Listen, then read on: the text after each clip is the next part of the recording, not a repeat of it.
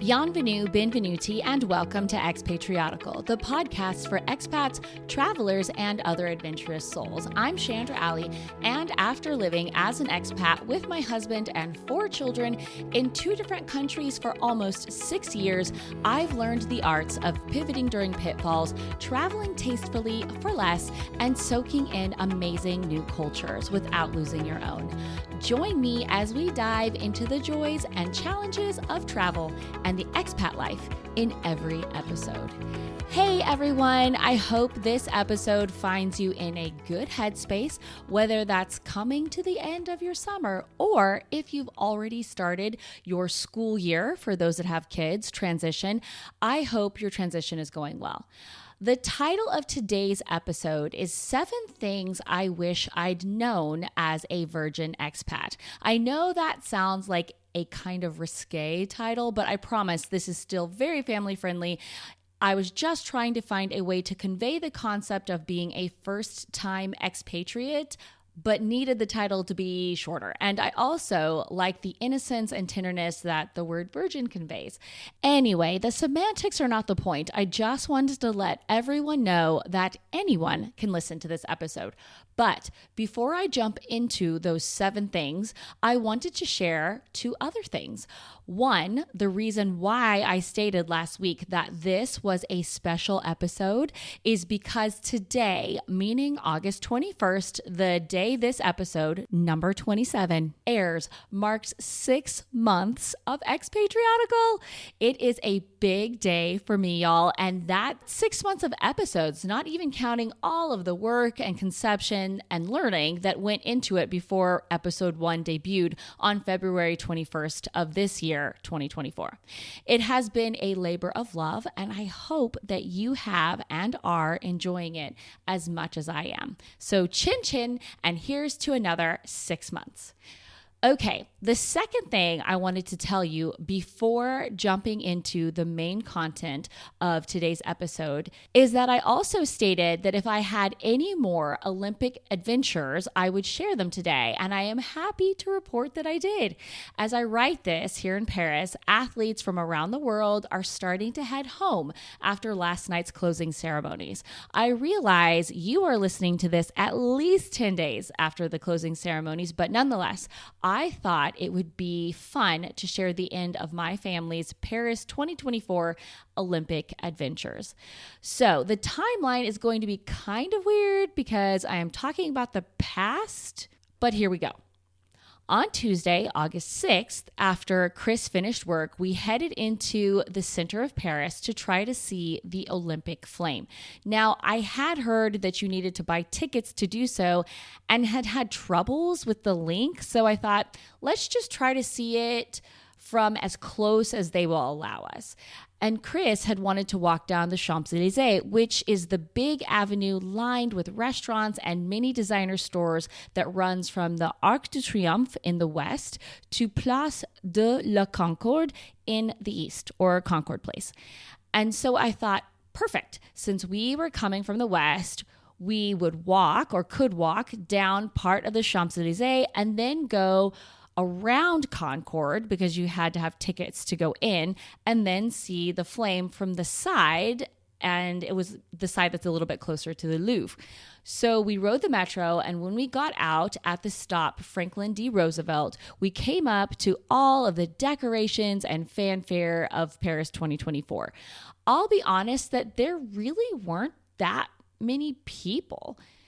It felt like a normal August day in Paris, except for with the decorations. I am assuming that many were attending events, but I was still expecting there to be more people. Anyway, as we made our way toward Place de la Concorde, there were booths and attractions set up by vendors and official sponsors of the Olympics, and I could see that there was a fenced-off perimeter before Concorde. And beyond there, we could see grandstands and the shining silver globe of the hot air balloon that sat above the flame. As we got near to the fence, I headed to the left to make my way around Concorde toward Rue de Rivoli. which I knew would bring us to the upper side of the Tuileries and the Louvre. And I discovered that my plan was not possible because the perimeter blocked off all the sidewalks that would lead me to Rue de Rivoli. So from there, we realized that this was as close as we were going to get to seeing the flame.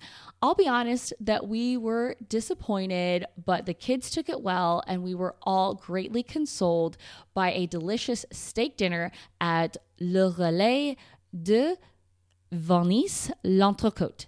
Listen to episode 15, Bucket List Travel as an Expat, where Le Relais is the Chanselect, to hear more about this iconic restaurant. So at this point, I thought that our Olympic excursions were over. But then a few days later, we ran into friends at the park, and they were each talking about going to different countries' houses. I said I had looked into going to USA House, but it cost $325 or euro, I can't remember which, to go. And for 6 of us, that would have been like $2,000. So it wasn't in the budget. At this point, both of them said that for the respective countries they were talking about, it was free. My Italian friend said that Italy House was even close by us in the Bois de Boulogne. So that following Saturday, August 10th, just so you can keep up, or maybe I can keep up with the mental gymnastics of the timeline, Chris and the kids and I got on our bikes and rode to Casa Italia, or Italy House. Here is where I should insert that this is not a replacement for the Olympic Village, which was located in Saint-Denis near the Stade de France, where they had the athletics competitions and the closing ceremonies. This is an entirely different thing, meant to be a place for fans and spectators to come together and enjoy more festivities. For Italy House, the free portion ran from 10 in the morning to 12, and then again from 3 in the afternoon until 5 in the evening. We had arrived right when the first opening ended, or the first free opening ended. So we biked off, got lunch, and then came back. It was just a simple registration process when we came back, where we gave our first and last name and were issued a bracelet with a QR code on it. The kids were also given Fun Italia pins to wear on their shirts by the friendly, kind, and patient ladies doing the check-in. We then walked to the entrance, which was marked by a giant wire mesh sculpture of a cathedral, and had our bracelets scanned. As we made our way into the complex and the country colors of green, white, and red began to emerge on the buildings and in the festive decorations, the walkway led us straight to the entry, which was air-conditioned and felt amazing. But what was even more amazing were the beautiful tapestries that hung on the walls of the circular room and looked like the Italian countryside. And on one wall, there was also, hung on that tapestry, gold, silver, and bronze circles with the names of the Italian athletes that had already won medals in the games. It was very impressive. We were greeted in that room by a man named Paolo, who explained all of this to us and told us to follow him in. We later found out that he was the head of security there, but if he was suspicious of us for something, we never felt that way. At least I just felt kind of at home by his warm and welcoming hospitality. After walking through another circular room that was covered in TV screens for your Olympic event viewing pleasure, Paolo led us to a large lounge room that had a tinted ceiling and glass walls. It felt very posh. He walked us up to the bar and asked if we would like anything, and we said, "Oh no, we are fine, thank you." Paolo replied, "Why not? It's free." "Oh, wow," we said, and the kids hummed in a low frenzy of what they wanted to drink. The bartender poured them Cokes in fancy cocktail glasses, and they grinned from ear to ear as they drank them down and watched one of the events playing on a TV in the corner. As all of this was happening, Paolo pointed out to Chris a man wearing a black hoodie with the word Italia printed on it. He said, "He is a gold medal winner." We turned around and saw one of the competitors from the triple jump, which we had just been watching the night before. And sure enough, it was Andy Diaz Hernandez, who had just won the bronze medal for triple jump. So cool. As I continued to help two of the boys and mop up their Coke spills, Chris asked Lilia and Isaiah if they wanted to meet an Olympic medal winner. And so they both got to meet Andy and take a picture with him, a moment I never imagined happening in all of my life. We went outside and continued to explore and saw some spaces that were set up to promote the next Winter Olympics, which will be held in Milano Cortina, Italy in 2026. Something I can only, once again, dream about attending. It was an amazing experience to get to go to Italy House. It felt so warm and welcoming and festive and was a fantastic end cap to our Olympic adventures. Okay, now on to the 7 things I wish I'd known as a virgin expat. These are not in any particular order of importance, mainly just in the order that they came out of my brain, but with a little more organization. Number 1, it's okay for it to be hard. Just because you may be moving to a dream vacation destination does not mean you are on vacation. Now, to clarify, I did not think I was going on vacation, but I had never even been across the pond or on the continent of Europe. So everything I knew of Italy was from the movies, television, the internet, and people's highlight reels on Facebook, which we all know is all realistic, right? Outside of the fact that I would be living in a hotel room with no kitchen, with 3 small children in the middle of the city of Milan, I was expecting tranquility, good food, and a general laid-back atmosphere. Plus, I had done the whole living in a hotel room with kids thing before, so I thought I could manage. What I got was not quite that. Good food, yes, beyond my imagination and expectations for sure. A laid-back culture, also yes, but the rest of it didn't quite fall into line there. So in other words, I would tell pregnant Chandra from 6 years ago that Italy is beautiful, but believe it or not, it is one of the hardest first world countries to move to. In fact, at that time, Chris ended up reading in some article that out of 60 countries, it was ranked as number 1 in difficulty to move to.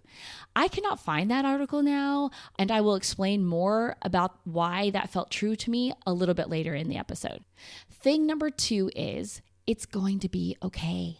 Because pregnant Chandra was super stressed out about having to bring a newborn baby home to a hotel. And once again, for good reason, as after 10 weeks of living in said hotel, we moved into our house, and 2 days later, I went to the hospital to have the baby. But my worst fears of a bunch of well-wishing strangers touching my newborn son who did not yet have a strong immune system every time we went in and out of the hotel did not materialize. And I can say that a lot of things that I feared while living in Italy didn't happen. Granted, a lot of weird things that I never saw coming did, but they were usually totally unrelated to living in Italy. Listen to the hospitalizations episodes number 4 and 10 to understand more. Number 3 of the 7 things I wish I'd known as a virgin expat is very counterintuitive, but it came to mind when interviewing my amazing friend and veteran expat, Mallory Steinbach, when she gave the advice to lean into the good and the bad and to savor all of the moments. Because bad stuff happens regardless, but there is still sweetness during the hard stuff. An example of that was when my oldest son, Carson, was 4 years old and had Kawasaki disease and was in the hospital for 13 days. The community that I lived in rallied around our family and brought meals and babysat Caleb and Isaiah, our 2 youngest children, so that I could visit Carson in the hospital and take Chris meals because he was staying there with him 24/7. The love I felt during that really trying and emotional and scary time was the thing to be savored, something beautiful in the bad. And as Mallory said about those experiences, it's just making yourself as an individual such a powerful person. It's building such character. So in the harder moments, remember that. And like I said in that interview, I don't always love character building, but it's a good thing and you come out better on the other side. To hear more of that fantastic interview with Mallory, listen to episode 20, Learning to Pivot with Mallory Steinbach. The fourth thing I wish I'd known is that though it does feel natural to feel bad or guilty about a lot of things, please don't. This is honestly something that I still struggle with in certain areas.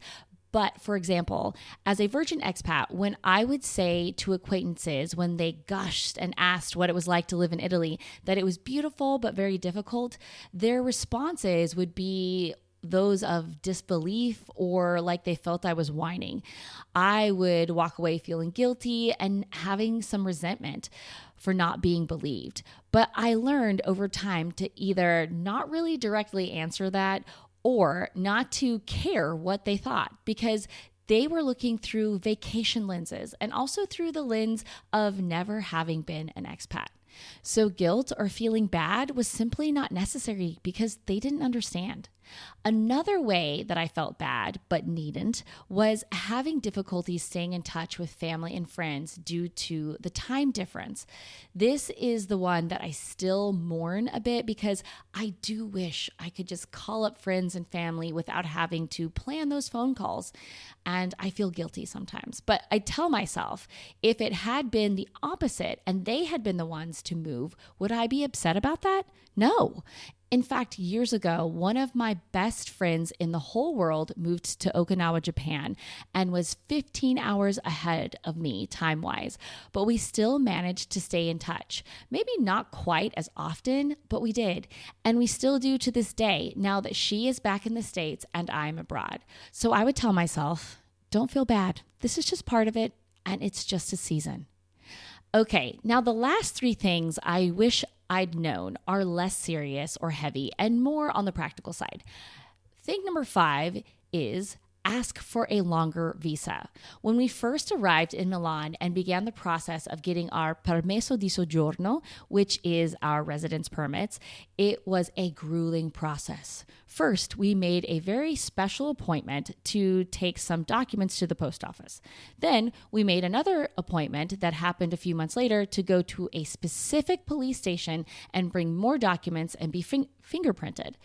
When we arrived there on time with all 4 children in tow, ages 5 to a few weeks old, we waited for hours for our turn. And when we finally went in, they argued that we did not have the correct documents. Our representative argued back, because we didn't speak Italian yet, that we did indeed have the correct documents according to the email they had sent us.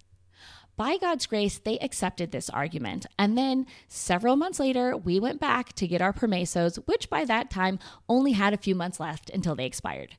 We did this process again in even more ridiculous circumstances until I talked to enough friends and discovered that they had 2-year or up to 5-year visas or permesos, if you will. So I asked Chris to request that the next time we got a longer visa. And voila, the final time we got a 2-year permesso, which actually expired in November 2022 after we had already moved to Paris in July of that year. If I would have known that you could simply ask for a longer visa, I would have done that from the beginning. Now, I know that not all countries may allow that, but it doesn't hurt to ask. And speaking of friends, thing number 6 that I wish I'd known as a virgin expat is that it is okay to make the first move in friendship when you are the new person. That responsibility does not only fall on the people that are already there and established. I wrote a whole blog post for a friend of mine about experiencing this with my friend Mallory, whom I mentioned earlier. We have been friends for years, and that friendship has been so sweet and such a blessing. But I kick myself knowing that we could have been friends for a couple of years longer, as I remember seeing Mallory and her 4 kiddos having a play date at the park right down the street from our house shortly after we'd moved in. I noticed them particularly because they also had 4 kids, but also because both moms were speaking English. But like a shy teenager at the prom, waiting in the corner to be asked for a dance, I didn't do anything. And I wish that I would have known that they weren't going to bite, and in fact, Mallory and I were going to become good friends. So I wish I would have known to make the first move in making friends, a concept which I now live by. And last, and maybe also least, the 7th thing I wish I'd known as a virgin expat is There is not a whole aisle for cereal in Italian markets. To my European friends, this may be very obvious, but for anyone else who has ever entered the doors of an American supermarket, the cereal has its own aisle. Both sides, crammed with boxes of all sizes stuffed with sugary delights. Now, I am not advocating for all of that sugar consumption. I think it can lead to diabetes and obesity, and my kids actually have to mix a sugary cereal like Frosted Flakes with a plain unsweetened cereal. But the wide selection does make finding the cereal in the market much easier. I remember scouring the shelves of the Esselunga market by our hotel that very first morning in Italy for basic foods we could have in our room and in the mini fridge, and trying to find American basics such as Honey Nut Cheerios, peanut butter, and raisins felt impossible and really overwhelming as I was searching in all of the wrong places. I wish I would have known that it's not going to be the same or in the same place, and I do not need to feel scared, embarrassed, or ashamed to ask for help even multiple times. These people also will not bite and are in fact usually very friendly and eager to help. And those are the 7 things I wish I'd known as a virgin expat. Moving on to today's Shan Select, it's a perfect selection for that end of summer, beginning of school transition. And that is a new local business near me that serves amazing, delicious, and unique ice cream flavors just outside of the Paris city border. It's called Maison Astrid, and it caught my eye the moment I scooted by with its bright yellow facade and awnings. It beckoned me in to taste. So when I returned a few days later with my kids, my friends, and their kids in tow, we were all delighted by the flavors they offered. My favorite is ananas et coco, or pineapple and coconut, which tastes like a lightly sweetened and rum-free or virgin pina colada. Delish. But their coffee, chocolate, and an array of sorbet flavors are also very tasty. Definitely worth veering out of Paris by just a couple of blocks to get a little treat. I will be sure to include Maison Astrid's Instagram handle in the show notes, and as always, I am not an affiliate, just a fan of delicious ice cream. Finally, for our quote of the day. Now, I'm not saying that the 7 things I mentioned today all came from mistakes. Some of them maybe did, but a lot came from ignorance and lack of experience. But since mistakes are a part of life, expat life or not, I thought this would be a fun quote to end on. The author is unknown, and it goes like this. They say mistakes make you wiser, which basically makes me a genius. Amen to that. Thanks again for joining me here again this week. Next week is another special episode, and I hope to have a very special surprise guest. Until then, please be sure to rate and review Expatriotical on your listening platform, or share it with a friend or with an enemy for that matter. Either way, I really appreciate it. Thanks again, guys, and I wish you a lovely rest of your day. This is Chandra Alley signing off and reminding you to live and travel in the know with Expatriotical.